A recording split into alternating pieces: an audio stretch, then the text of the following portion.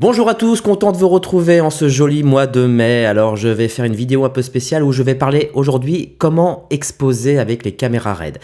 C'est vrai que c'est un sujet très délicat parce que beaucoup se sont achetés des caméras RED et ont des problèmes ou des questionnements sur l'exposition, comment exposer, sur quel gamma, etc., etc. On voit tout principalement sur les caméras RED. C'est parti tout de suite après le générique.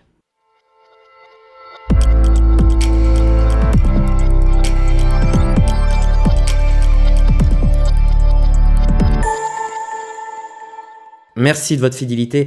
Alors, première chose, il y a le teaser du Visiteur du Futur qui vient de sortir, qui, je rappelle, a été tourné avec une RED Monstro.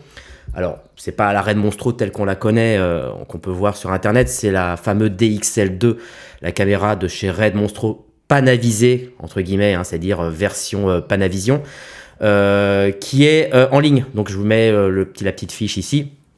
Vous pourrez regarder, ça dure une petite minute et bientôt une bande-annonce va sortir. Et je vous rappelle que le film sort le 7 septembre dans les salles UGC et autres. Voilà, on aura l'occasion d'en parler, mais on en parle déjà sur Misiflix, hein, où je peux déjà vous conseiller de nous rejoindre en bas, là, en cliquant sur le bouton rejoindre, où on parle déjà depuis plus d'un an de comment j'ai choisi cette caméra. Laquelle d'ailleurs caméra? La RED. La RED est une caméra qui est un peu méprisée, on va dire, dans le cinéma français. Elle est carrément passée à la 3e place, puisque les premières places aujourd'hui, c'est Sony et Alexa. Et loin, très loin en dernier, RED. Alors, je ne sais pas pourquoi, les loueurs eux-mêmes se posent la question, pourquoi cette caméra est boudée. En tout cas, une chose est sûre, c'est que contrairement à ce qu'on peut penser, la caméra RED est une caméra qui est parfaitement et intelligemment pensée pour exposer un log. C'est-à-dire que Arri, Sony n'ont pas égalé la puissance de la méthodologie que possède RED depuis de longues années sur l'exposition réelle du gamma, principalement pour avoir une meilleure dynamique lors de l'étalonnage. Alors c'est vrai que j'ai pas envie de dire de bêtises, mais est-ce que c'est pas RED qui a inventé quand même le Color False, hein, avec la première RED One qui est sortie, et RED a été vraiment les premiers à mettre en avant des outils numériques internes embarqués à la caméra qui permettent réellement d'exposer correctement son signal, là où par exemple chez Alexa on est dépourvu d'outils. Alors ne me dites pas que le Color False est un outil, parce que le Color False version vidéo, c'est-à-dire celui qu'on connaît avec les différentes échelles, n'est absolument pas un outil d'exposition pour le log. C'est un outil d'exposition pour un gamma Rec 709, mais pour un gamma qui est prêté pour un étalonnage, on ne peut pas s'en servir réellement. Ou alors c'est non, c'est pas possible. On est obligé dans ce cas-là d'utiliser un oscilloscope. Alors que chez RED, on a mis un autre Color False, qui est le Color False Exposure, et non pas vidéo, hein, parce que RED en a deux. La version Exposure qui est beaucoup plus sobre, beaucoup plus limitée, à 3 couleurs. Le mauve pour les basses lumières, le vert pour le 18% et le rouge pour les parties saturées en haute lumière. Donc voilà, donc si vous voulez, on peut très bien, par expérience, se dispenser d'un oscilloscope sur les caméras RED, alors que sur les caméras Alexa, c'est plutôt compliqué. Surtout que les caméras Alexa possèdent, alors tout à leur avantage, mais une compression dans les blancs. C'est-à-dire que lorsque vous surexposez un signal, avant que le signal vidéo clip, c'est-à-dire sature, écrète, il y a une genre de compression des blancs qui se fait. Et cette compression des blancs, évidemment, au Color False est totalement transparente, c'est-à-dire que vous ne pouvez pas le saisir, c'est là que je dis que c'est important. Vous pouvez le voir principalement à l'oscilloscope, lorsqu'on voit un peu le signal se tasser dans les hautes lumières. Et cette compression des hautes lumières est une genre de prévention, on va dire, une réserve avant que ça soit clippé. Mais surtout, ce qu'il ne faut pas oublier, c'est que cette compression des hautes lumières diminue les textures dans les échelles de gris qui sont dans les parties très hautes. Du coup, vous avez par exemple des problèmes de carnation dans les visages, vous avez des problèmes de manque d'informations dans les très hautes lumières, comme par exemple le ciel, les nuages, etc. Voilà, Alexa possède cette petite réserve de compression des blancs qui est très compliquée. Alors que, très certainement, ce qui fait aussi la différence entre RED et Alexa, c'est que RED n'a pas cette compression. C'est-à-dire que votre signal monte, lorsque vous ouvrez le diaph, par exemple, monte, monte, monte, monte, monte, et d'un seul coup va clipper. Voilà, il n'y a pas cet écrasement, cette compression des hautes lumières. Alors, avantage ou inconvénient, voilà, la dynamique entre Red et Alexa se fait un peu différemment. Ce sont deux caméras qui sont évidemment formidables, mais voilà, elles réagissent différemment. Et le fait que Red n'ait pas cette compression dans les hautes lumières permet presque de se dispenser de l'oscilloscope et de travailler uniquement avec un seul outil qui est le ColorForce Exposure. Alors, on va voir justement un exemple que j'ai tourné là il y a quelques jours sur le téléfilm France 3 que je suis en train de tourner, où je vous montre en quelques secondes comment on expose une image. Voilà. C'est-à-dire qu'en gros, on va faire la lumière, etc. Et on va procéder à ce qu'on appelle ce que je pourrais appeler une double exposition. Alors ça, c'est quelque chose qui est intéressant. C'est quoi la double exposition? La double exposition, alors c'est pas une façon d'essayer d'avoir deux images simultanées pour pouvoir avoir des informations dans les hautes lumières. Non, c'est rien à voir avec ça. La double exposition, c'est exposer à la fois pour l'image qu'on renvoie sur le moniteur du réalisateur, de tout le monde, de l'assistant, du cadreur, et aussi de la copie de travail, qui n'est pas négligeable, parce que je vous rappelle quand même que la copie de travail, c'est ce qui va être tiré en version codec un peu plus, on va dire proxy, vous connaissez bien ce terme, en version proxy qui va permettre éventuellement de faire le montage, etc. etc. Donc c'est important quand même d'avoir une image, alors avec une lutte ou sans lutte, c'est-à-dire que soit avec une lutte créative qu'on a déterminée, soit sans lutte créative uniquement avec une lutte Rec 709, et d'avoir quand même une image correctement exposée. Et aussi, simultanément, avoir le log qui, lui aussi, est correctement exposé. Alors, je vous renvoie à plusieurs vidéos dans ma chaîne pour bien comprendre de quoi on va parler, parce que sinon, la vidéo va faire des heures et des heures. Donc, je vous renvoie à une vidéo qui est très intéressante, qui est la vidéo sur la différence, petit sujet tabou, entre la sensibilité native et la sensibilité nominale d'une caméra, ce qui n'a rien à voir. Voilà. Et je vous renvoie aussi la petite fiche qui va s'afficher ici sur, en gros, comment on expose le log. Voilà. Et aussi les inconvénients de l'exposition du log. Voilà, vous avez une petite fiche. Vous avez vraiment de la lecture pour cette semaine, pour les ponts et tout. Vous pouvez lire ces vidéos. Bien évidemment, si ce n'est pas le cas, abonne-toi. Ce serait, au passage, ça pourrait être intéressant pour la suite.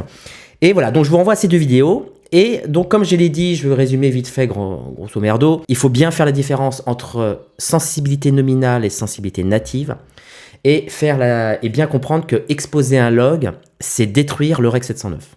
Voilà, c'est-à-dire qu'à partir du moment où on a exposé le log, le Rec 709 est plus ou moins dans les choux. Alors, ça fait penser à quelque chose qu'on connaît très bien, qui s'appelle le Zone System, qui a été une application qui a été faite pour la photographie.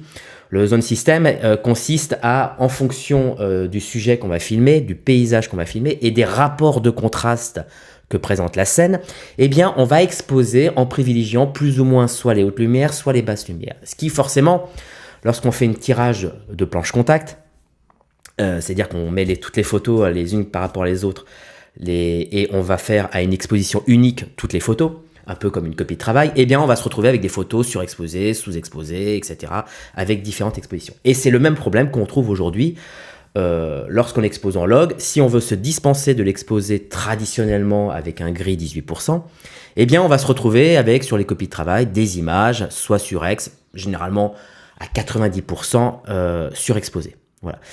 Donc c'est pour ça que je vais parler de deux choses, comment on expose en RED et surtout, comment on fait cette double exposition pour éviter d'avoir ce problème. Alors ici, on a une image donc de l'écran RED d'une caméra Dragon. IPP2, c'est-à-dire que c'est le capteur Dragon avec le gamma d'application de l'étalonnage qui est le log 3G10. Vous avez la RED Dragon, le premier modèle qui est sorti, enfin qui a été upgradé vers 2014-2015, où on y appliquait le Reg Log Film. Et depuis, il y a eu la version IPP2 qui est le log 3G10. Voilà. Et sur les caméras Monstro, c'est différent. Sur les caméras Monstro, la sensibilité nominale n'est pas 800 ISO, mais 1600 ISO.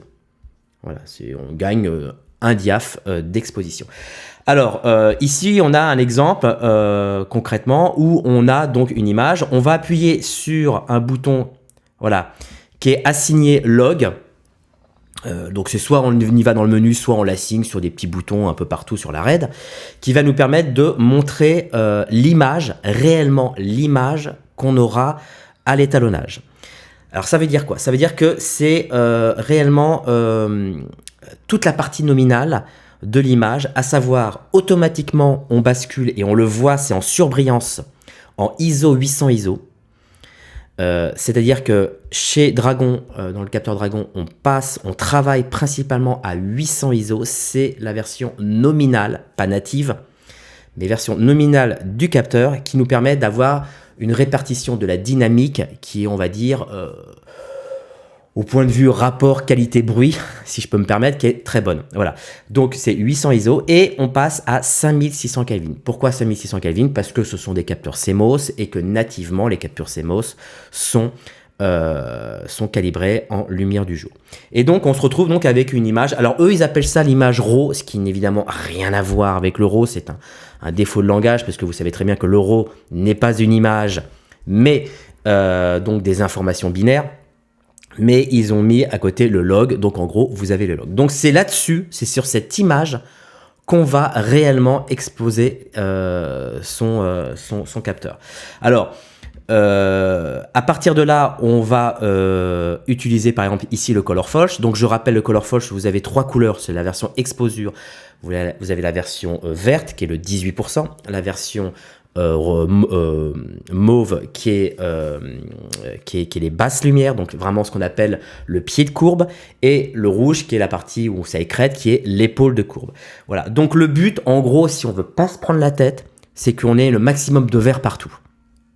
Voilà. Mais si on veut se prendre la tête, on va beaucoup plus loin. On va ouvrir son diaph et on va aussi regarder son histogramme et on va faire en sorte qu'on puisse ouvrir le diaph au maximum. Et on voit donc cette petite butte d'histogramme qui se déplace vers la droite, d'où certainement l'appellation que vous avez certainement dû entendre sur les réseaux sociaux, on appelle ça exposé à droite. Voilà, c'est forcément ramener l'histogramme vers la droite. Et vous savez, vous voyez très bien qu'il n'y a pas de tassement quand on ouvre le diaph. Et moi, ce que je fais généralement, c'est qu'évidemment, je ne le pousse pas trop à droite. Parce qu'on ne sait jamais ce qui peut se passer dans l'image. Si d'un seul coup, j'en sais rien, il y a un truc assez lumineux qui arrive dans l'image, ça serait con de le perdre. Donc, je n'expose pas totalement à droite, mais je fais en sorte que cette butte d'histogramme se trouve assez bien homogènement répartie sur le milieu de son échelle. Donc voilà, ensuite on désactive le log. Donc à partir du moment où on désactive le log, donc soit on se retrouve sur des gammas basiques de chez RAID, soit on se retrouve sur la lutte. Ça dépend de ce que vous avez choisi dans vos préférences. Bon, ici, dans le cas présent, c'est une lutte. Et éventuellement, eh bien, on va modifier l'exposition. On va descendre, par exemple, ici, à 400 ISO. C'est-à-dire qu'on va assombrir un peu l'image.